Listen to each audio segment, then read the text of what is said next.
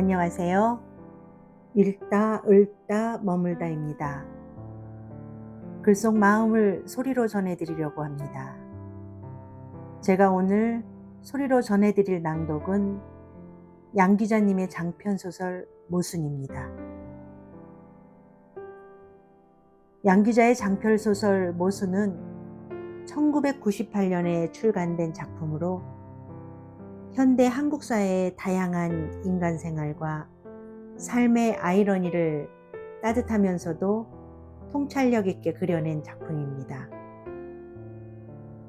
이 소설은 개인의 성장 이야기이자 가족, 사랑, 삶의 가치에 대한 성찰을 담고 있습니다.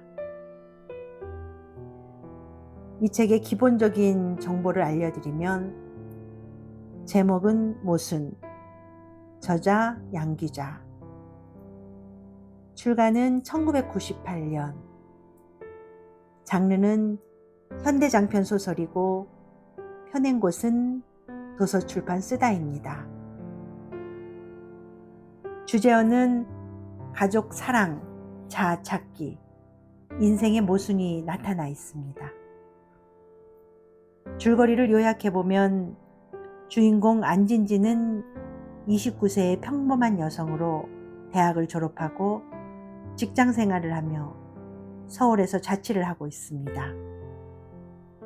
그녀는 사랑, 가족, 인간관계 속에서 느끼는 수많은 모순들을 경험하며 성장해 나갑니다.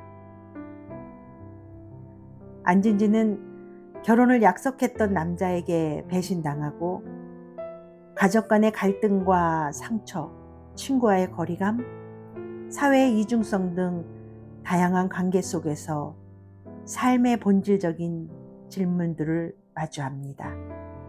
하지만 이 모든 과정을 통해 점점 자신만의 생각과 감정에 솔직해지고 삶을 따뜻하게 바라보는 시선을 가지게 됩니다.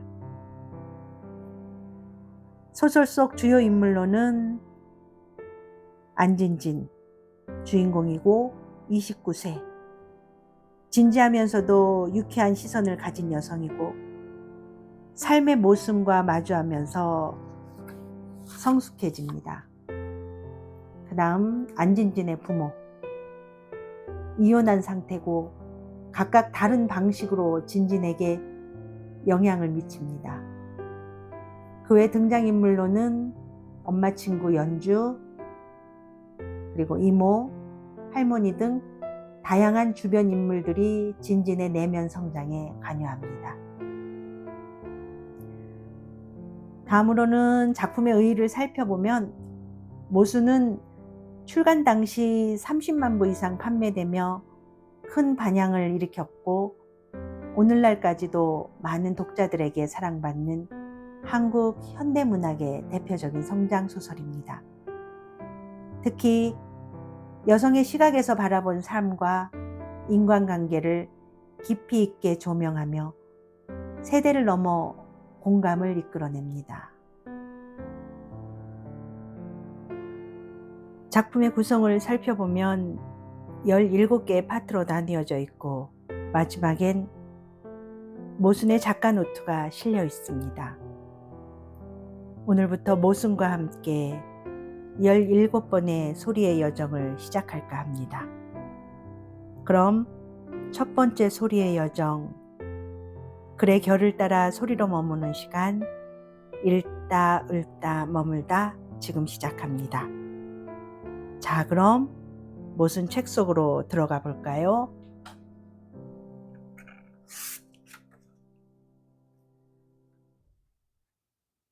양 기자 소설 모순 1. 생애 외침. 우리들은 남이 행복하지 않는 것은 당연하게 생각하고 자기 자신이 행복해하지 않는 것에 대해서는 언제나 납득할 수 없어 한다. 어느 날 아침 문득 정말이지 맹세코 아무런 계시나 암시도 없었는데 불현듯 잠에서 깨어나는 순간 나는 이렇게 부르짖었다. 그래, 이렇게 살아서는 안 돼. 내 인생에 나의 온 생을 다 걸어야 해. 꼭 그래야만 해. 한 번만 더 맹세코라는 말을 사용해도 좋다면 평소에 나는 이런 식의 격렬한 자기 반성의 말투를 쓰는 사람이 결코 아니었다. 게다가 그런 식으로 말하기 좋아하는 열혈한을 만나면 지체 없이 경멸해 버리고 두 번 더 생각하지 않는 사람이 바로 나였다. 그런 내가 어느 날 아침 한 번도 아니고 두 번씩이나 부르짖었다. 내 인생을 위해 내 생애를 바치겠다고. 그런 스스로를 향해 어리둥절해하고 있는 사이 더욱 회개한 일이 벌어졌다. 눈물이, 기척도 없이 방울방울 눈물이 볼을 타고 흘러내리는 것이 아닌가. 처음엔 밤사이 비가 내려 허약한 천장이 또 새는 것인 줄 알았다. 그것도 아니라면 흥분해서 얼굴에 땀이 흐르는 줄 알았다. 아니, 사실을 말하자면 그렇게 믿고 싶었다. 그러나 아니었다. 눈물이었다. 눈물이 없었다면 그 느닷없는 부르짖음은 눈뜨고 꾸는 꿈에 잠꼬대 정도로 익혀졌을지도 몰랐다. 눈물이 없었다면 나는 내 입술을 비집고 새어나온 격렬한 그 구호에 대해 아무런 책임감도 느끼지 않았을 것이다. 그럴 수도 있는 것이다. 저 혼자 흘러나온 혼잣말 따위 나는 얼마든지 무시할 수 있었다. 그러나 여기 엄연한 증거가 있는 것이었다.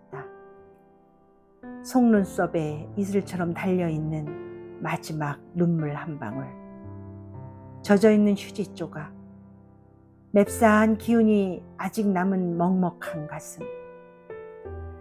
이런 증거들이 나를 채근하고 있었다.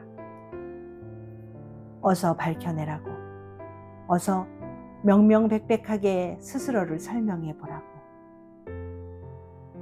내가 가진 좋은 점 가운데 하나는 무언가 요구가 있을 때 가능하면 그 요구를 충족시켜주기 위해 노력한다는 것이었다. 나는 내가 할 수 있는 일이면 무엇이든 다 하고자 했다. 중학교 때 한 번, 고등학교 때 두 번의 가출을 해서 어머니의 애간장을 녹인 것도 다 그런 성격 때문이었다. 중학교 때는 동생이 내게 새 운동화를 사달라고 요구했기 때문에 집을 나와 인천의 모자 공장에서 2달간 돈을 벌기도 했었다. 처음에는 여름방학 한 달로 동생의 운동화를 해결할 작정이었는데 하다 보니 욕심이 생겼다. 그래서 2달 만에 나는 동생과 내 운동화 그리고 어머니의 가죽 구두까지 사들고 금의 환영을 하였다. 물론 온 가족의 신발을 마련해 돌아온 어린 딸에게 모진 매질과 욕설을 아끼지 않던 어머니로부터 오랫동안 수모를 당하긴 했지만, 그러나 어머니는 특별한 외출이 있을 때 내가 사다 준 새 구두를 착용하는 것으로 내가 받은 수모를 완벽하게 보상해 주었다. 고등학교 때의 가출은 2번 다 친구들의 요청에 의해서였다. 가장 친했던 친구가 먼저 집을 나갔고 이어서 또 한 친구가 가출을 했다. 혼자 남은 나는 심심했고 친구들 역시 심심하면 내게 전화를 해서 놀러 오기를 청했다. 친구의 무료함을 달래주기 위해 첫 번째는 일주일, 2번째는 좀 길게 한 달. 나는 그렇게 긴 외출을 했을 뿐이었다. 결코 영원히 돌아오지 않겠다는 다짐 따위는 해본 적이 없었다. 집이 다소 지겹긴 했어도 인생만큼 지겨운 것은 아니었다. 그 3번의 가출 동기가 그토록이나 변변찮았던 것에 비하면 결과는 한없이 의미심장했다. 나의 행동은 그것이 무엇이든 간에 일단은 가출소녀라는 렌즈를 통과해서 사람들에게 이해되었다. 나중에는 그 일 자체가 바로 나라는 인간의 본질이 되어버릴 정도였다. 나는 사람들이 뒤에서 수근거리는 소리를 수없이 들었다. 3번씩이나 집을 나간 맹랑한 년.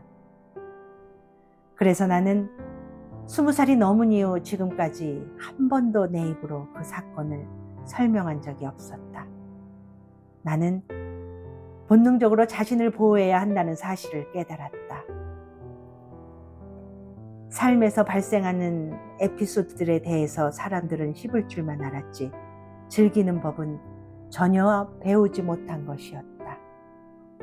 에피소드란 맹랑한 것이 아니라 명랑한 것임에도. 어쨌든 나는 꽃피는 3월의 어느 아침 느닷없이 나를 설명해보라는 스스로의 요구에 사로잡혔다. 못할 것도 없는 일이다. 나는 우선 아주 기초적인 자료부터 나열해 보기로 한다. 굳이 비공개로 남겨둬야 할 이유가 손톱만큼도 없는 나의 평범한 신상 명세에서는 이렇다. 이름 안진진. 그렇다. 나는 진진이다. 처음에 부모가 합의하기는 진이라는 외자 이름이었는데 동사무소에서 출생신고를 하러 가는 도중에 아버지의 마음이 변했다. 아버지는 그런 사람이었다. 오랜 시간을 들여 결정한 일도 5분 뒤에 새로운 진지함에 사로잡혀 뒤집을 수 있는 아버지. 그래서 아버지는 즉흥적으로 내 이름을 바꾸기로 했다. 그리고 직원에게 이렇게 말했다. 참 진짜 같은 것은 한 번 쓰면 너무 무거우니 2번으로 합시다. 또 딸을 낳으면 선선이, 미미 이렇게 이름을 지을 계획이니까. 그러나 그 뒤 더 이상의 딸은 없었다. 하지만 아버지도 진진이란 이름 앞에 안이 붙는다는 사실까지는 유념하지 못했을 것이다. 약간 지나치게 해석한다면 어떤 식으로 해도 나라는 인간은 평생 자신의 이름을 부정하며 살아가야 할 운명인 것이었다. 나이는 25해와 7달. 가족은 어머니와 남동생 각각 1명씩. 추가로 떠돌아다니며 가끔씩 집에 들어오는 지금은 그나마도 돌아오지 않고 있는 아버지를 넣을 수 있다. 학력은 대학 휴학 중이고 휴학의 이유는 너무나 간단명료하다. 막대한 등록금을 마련하는데 시간이 필요했기 때문이었다. 물론 철없이 어머니를 졸라대거나 코피를 쏟으며 아르바이트를 한다면 이토록 잦은 휴학을 할 필요는 없으리라. 그러나 그럴 필요가 어디 있는가? 나는 아무런 할 일도 없었고 20대는 아직도 5년이나 남아 있었다. 휴학 후 돈을 벌기 위해서 거친 직업을 다 열거하려면 적지 않은 시간이 소모될 것이다. 불과 2-3달 전만 해도 직업을 밝혀야 할 그런 기회가 있었다면 나는 조금 망설이다가 서비스업이라고 대답했어야 했다. 게으른 주인이 운영하는 커피 전문점에서 카운터를 보고 있었으므로, 그러다가 종종 이 나이의 어린애들에게 찻잔을 날라야 하는 일도 많았으므로 서비스업이라는 대답은 아주 적절한 것일 수 있었다. 그러나 지금은 다행히도 사무원이라고 답할 수 있게 되었다. 이 직업이 얼마나 내게 대견했는지는 한 학기 등록금이 모여졌음에도 불구하고 이번 3월에 복학 신청을 하지 않은 것으로 미루어 충분히 짐작할 수 있는 일이었다. 다만 한 가지 마음에 걸리는 것이 있다면 이 자리를 얻는데 내 안간힘은 전혀 소용이 닿지 않았다는 것이었다. 그러나 이모부의 지나가는 한마디는 엄청난 위력이 있었다. 이모부는 전화 한 통화로 이 일을 해결했다. 그리고 이모부는 말했다. 우리 회사에는 자리가 없어서 라고. 취미는 없다. 나는 이 취미라는 말을 별로 좋아하지 않는다. 내게 있어 취미란 단어는 악취미의 줄임말과 같은 뜻으로 종종 사용된다. 사람들이 진짜로 즐기는 유희는 고상한 것보다는 다분히 악의적인 것들이 훨씬 더 많다. 실제로 언제 어디서든 당당하게 클래식 음악 감상이 취미라고 말하던 커피 전문점 사장의 진짜 취미는 유부녀 홀리기였다. 사장 말을 그대로 옮기면 이 취미는 돈도 들지 않고 위험 부담도 없는 데다 짜릿한 재미까지 철철 넘친다고 했었다. 이 취미에 문제가 있다면 신상카드에 떳떳이 기록할 수 없는 것뿐이었다. 공개적으로 밝힐 수 있는 현재의 내 총 재산은 42만 8천 원이다. 나의 재산 규모가 진실로 얼마인지 어머니나 남동생 기에 들어가지 않는다는 보장만 해준다면 거기에 10배를 곱한 액수라고 조용히 기뜸해 줄 수도 있다. 돈 모으기를 생활신조로 삼고 있진 않지만 그러나 돈이 얼마나 중요한 것인지는 내 또래 누구보다도 더 나는 정확하게 알고 있는 편이었다.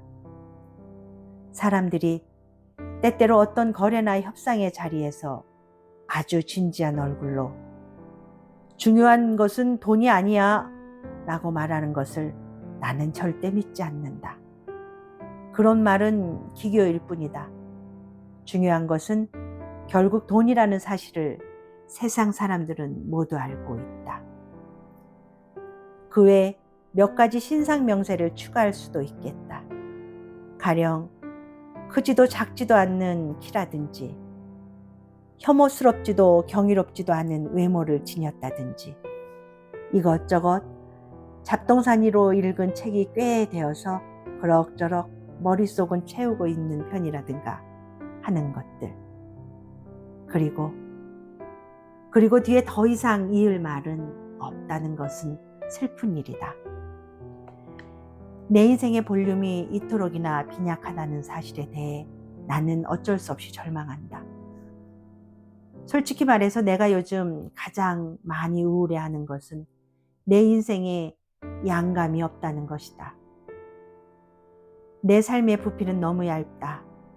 겨자씨 하나를 심을 만한 깊이도 없다. 그렇게 살아도 되는 것인가? 빈약한 인생에 대해서 고민하기 시작한 것은 내가 25, 결혼 정년기라는 사실과 전혀 무관하지 않을 것이다. 내 나이 또래의 모든 여자들이 대부분 그렇듯이 지금 내게도 머지않은 시간에 청혼을 할지도 모를 2명의 남자가 있다. 참 이상한 일이지만 20대에는 가만히만 있어도 사랑이란 이름으로 얽어맬 수 있는 기회들이 심심찮게 찾아온다. 나처럼 전혀 내세울 것 없는 여자에게도 결혼의 기회는 얼마든지 있다. 20대의 젊음이라는 것은 어떤 조건과도 싸워 이길 수 있는 천하무적의 무기이니까. 벌써 결혼을 한 여학교 동창들이 바로 그 천하무적의 무기를 어떻게 사용하고 있는지를 익히 보여주는 증거일 수 있다.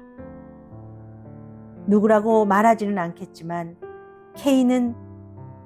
그녀는 뚱보인데다가 수다스럽고 거기다 덧붙여 몹시 해독하기 어려운 얼굴을 가지고 있었다. 그런 K가 작년에 슈퍼마켓의 젊은 사장과 결혼을 했다. 남자는 겉으로 보기엔 몹시 훌륭했다. 절대 K를 선택할 이유가 내게는 없어 보였다. 그러나 K가 우유를 사러 슈퍼에 들락날락거린 것이 만남의 시작이었다고 했다. 우유가 그런 놀라운 일을 해치웠다. 우유가.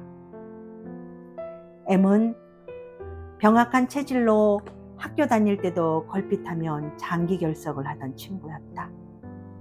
더 이상 자리에 눕지 않고 사람 구실만 하며 살 수 있어도 원이 없겠다며 눈물을 짓던 M의 어머니가 생각난다. 그런 M이 미남의 의사와 결혼한 지 벌써 2년째다. 병원 복도에서 빈혈로 쓰러진 M을 마침 그 미남의 의사가 발견하고 병실로 옮겨준 것이 사랑의 시작이었다고 했다.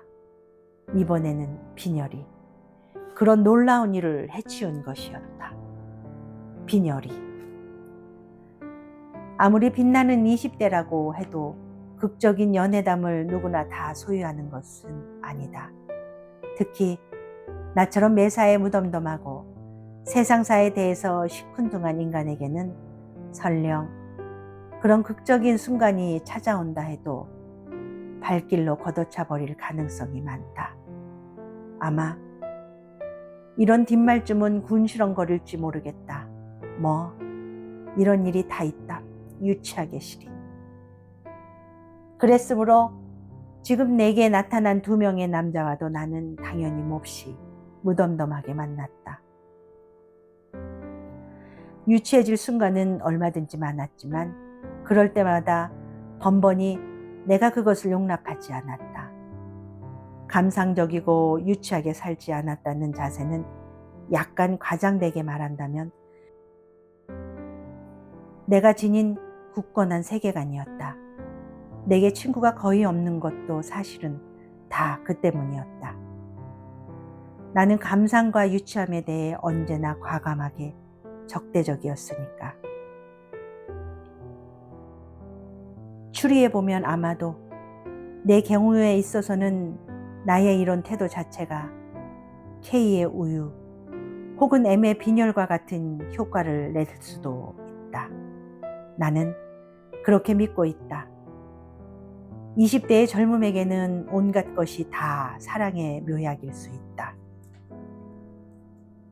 20대란 나이는 무언가에게 사로잡히기 위해서 존재하는 시간대다. 그것이 사랑이든 일이든 하나씩은 필히 사로잡힐 수 있어야 인생의 부피가 급격히 늘어나는 것이다. 문제는 여기에 있다. 이제 조금씩 가닥이 잡힌다. 뒤돌아보면 어제도 우울했고 그제도 우울했었다.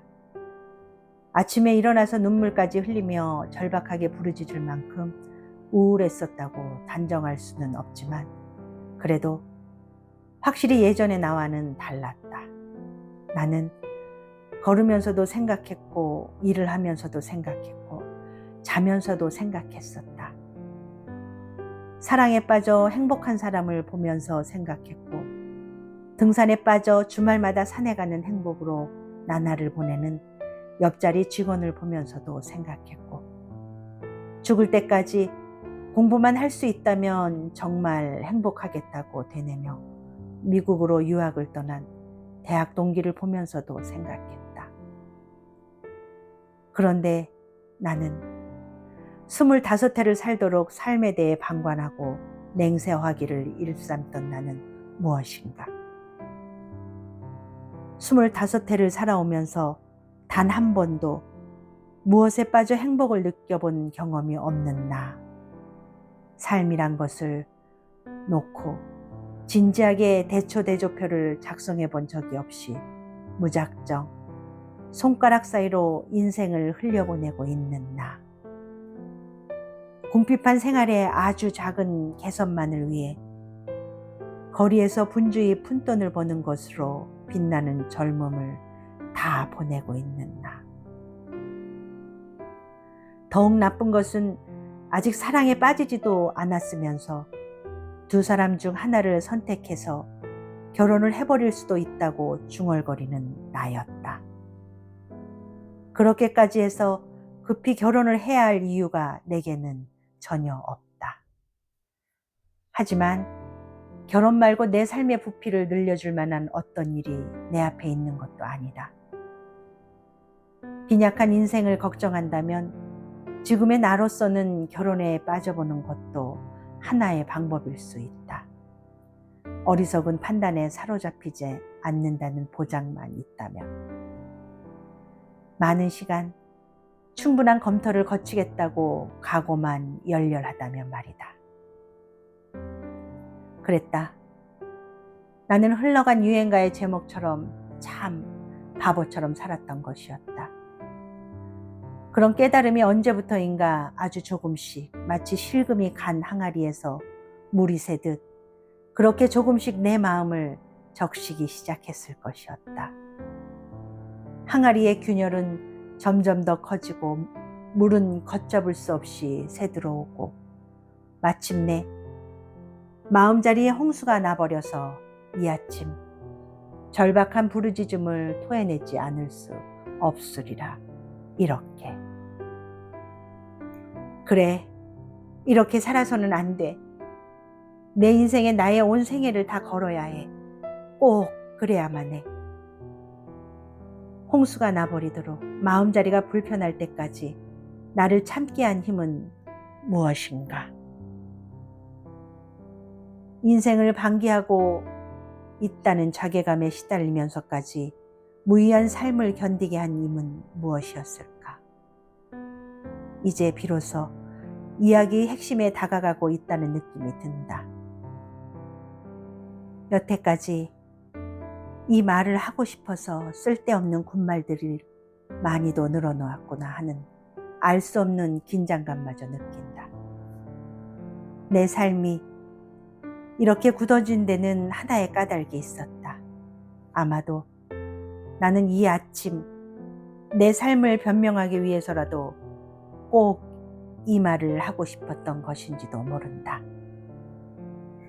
스스로의 삶을 변명하기 위해서 어머니의 삶을 들춰내야 한다는 말은 정말 어리석은 핑계처럼 들린다. 게다가 25에 다 커버린 나이에는 수치스러운 변명일 수도 있다. 그래서 이미 오래전에 검토를 끝내고 마음속에 묻어두었던 일이었다.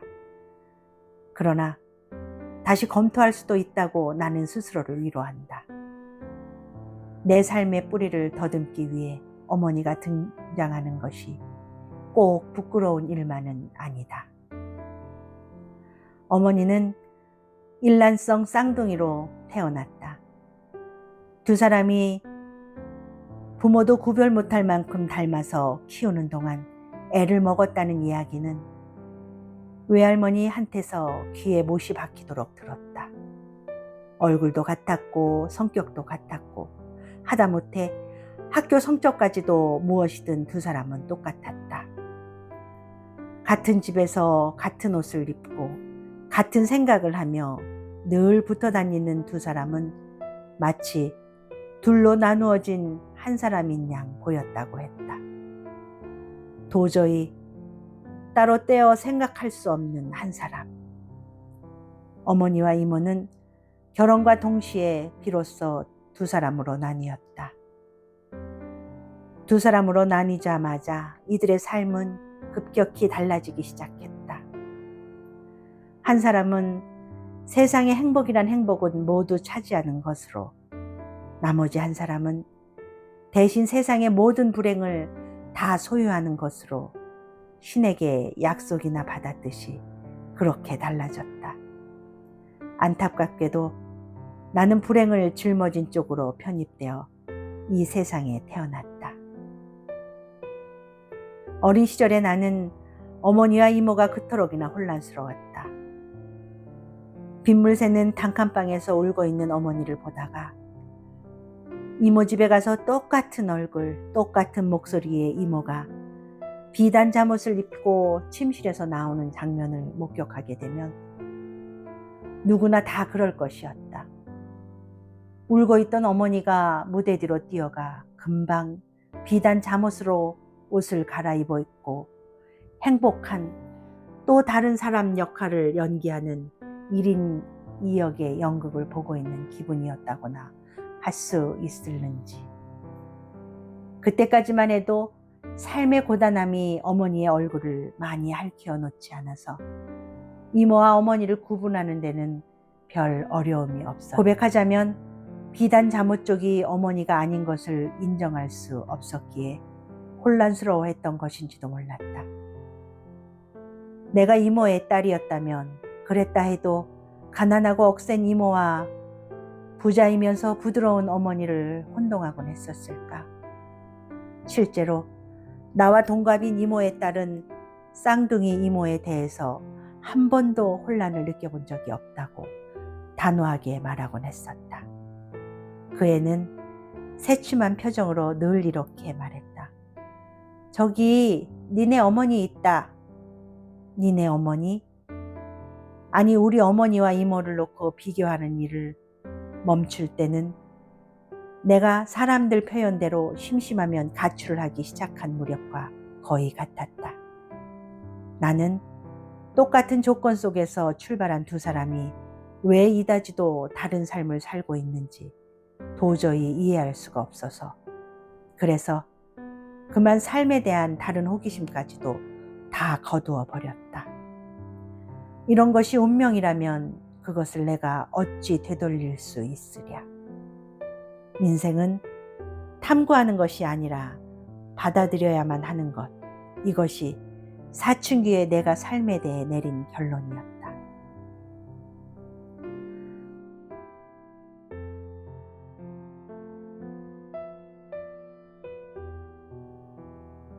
어머니의 경험이 나에게서 멋진 삶을 살아보고자 하는 동기 유발을 앗아가 버린 것이었다.